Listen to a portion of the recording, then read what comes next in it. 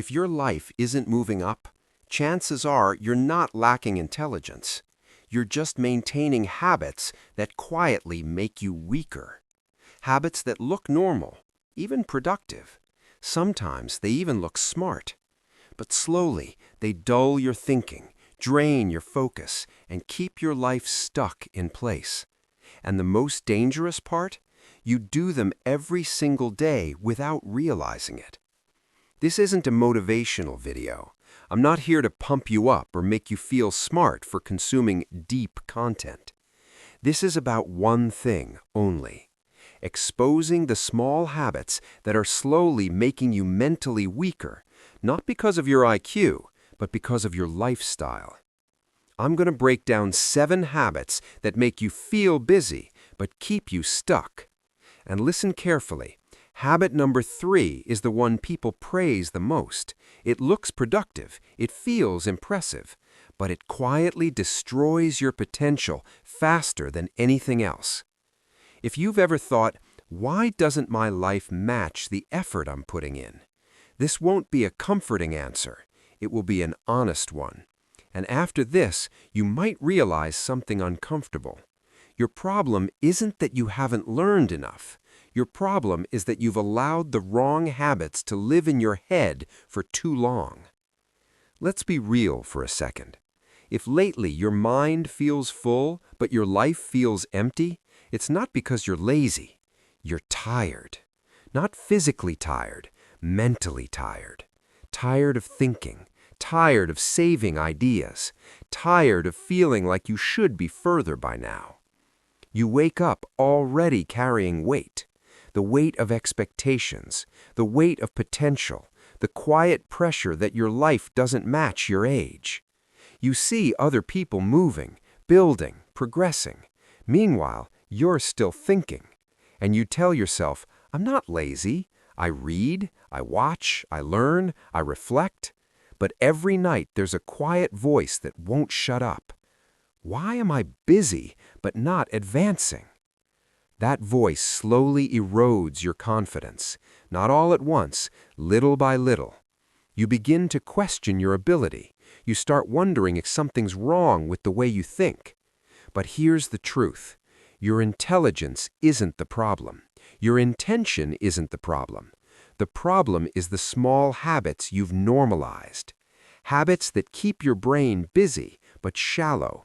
Habits that make you feel like you're growing while you're actually looping in circles. And what makes it worse?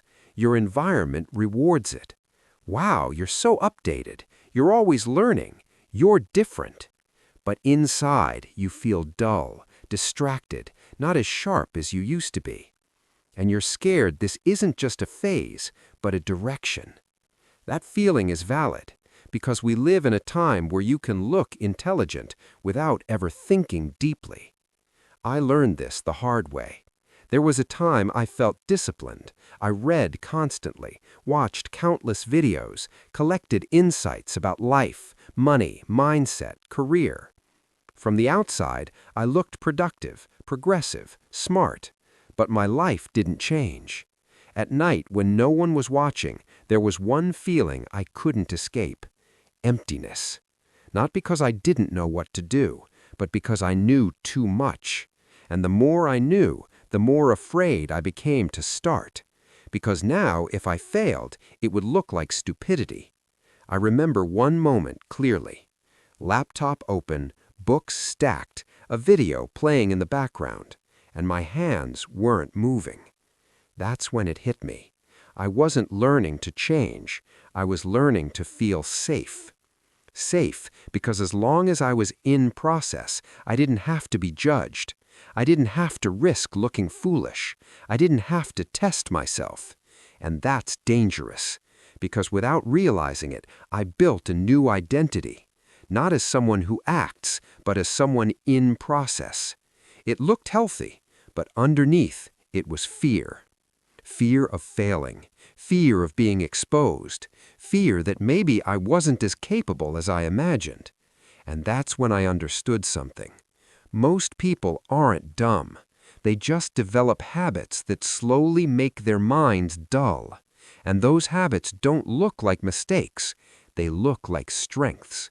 So, let's break them down. Habit number 1. You consume too much and produce too little. You wake up, and the first thing you open isn't your life, it's your screen. Videos, threads, insights, podcasts. Your head gets full, your hands stay empty. You feel productive, you feel informed, but what you're training daily isn't skill, it's passive consumption. Every insight gives you dopamine. Your brain thinks, we're progressing, but you haven't built anything. Production is risky. It can be messy. It can be embarrassing. Consumption feels safe. But your life doesn't level up from watching. It levels up from creating. Habit number 2. You rely on motivation instead of systems. You wait for the right mood, the right energy, the perfect day. It never comes. Motivation is sugar. It feels powerful and fades quickly. You watch something inspiring, feel intense for 24 hours, then crash. Then you label yourself inconsistent. But inconsistency isn't your personality. It's the absence of a system. Disciplined people aren't always motivated. They just move anyway.